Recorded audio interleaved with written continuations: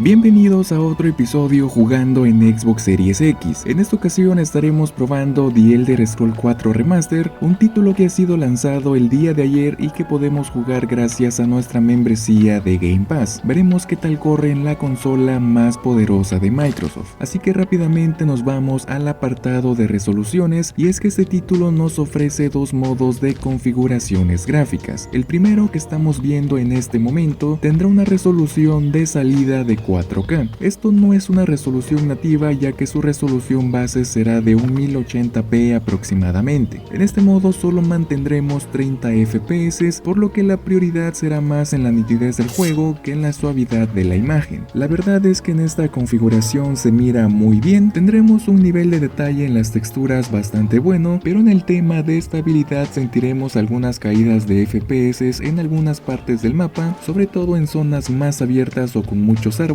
Sentiremos caídas bastante notables, que también sucede en su segunda configuración. En este caso corre a una calidad similar de 4K para su resolución de salida, aumentando los fotogramas por segundo hasta 60 FPS. Como dije antes, también serán inestables en zonas abiertas del mapa. En lugares como cuevas o interiores, la verdad es que se mantiene muy estable y no sentiremos ningún problema. Pero cuando salimos a explorar el mapa o descubrimos nuevas zonas, los FPS llegan a ser inestables.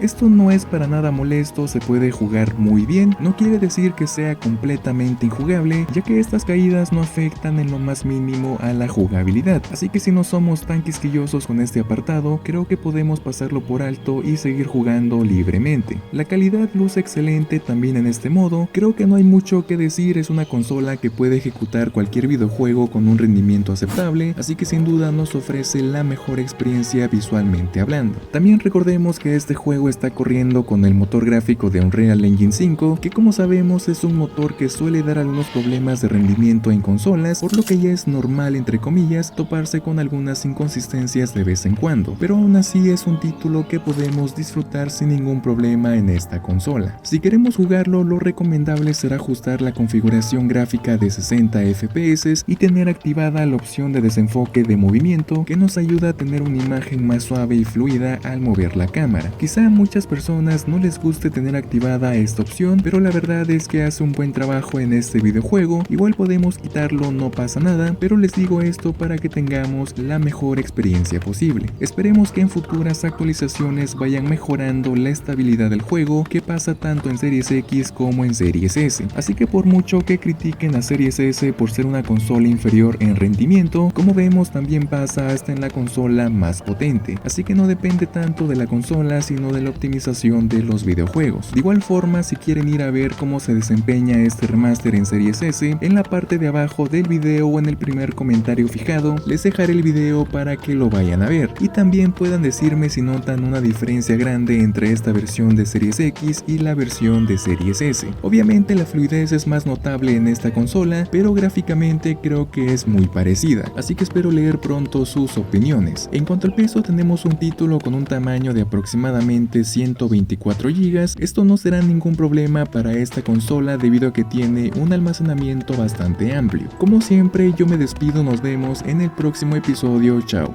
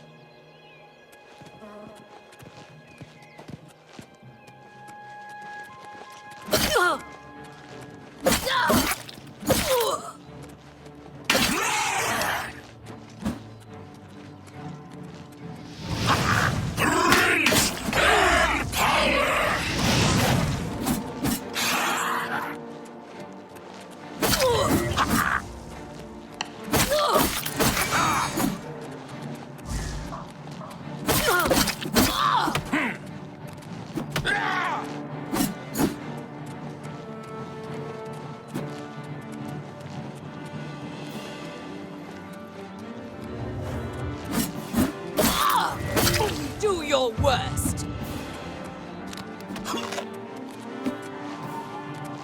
I'm just warming up, you pathetic worm. Die, Imperial, die!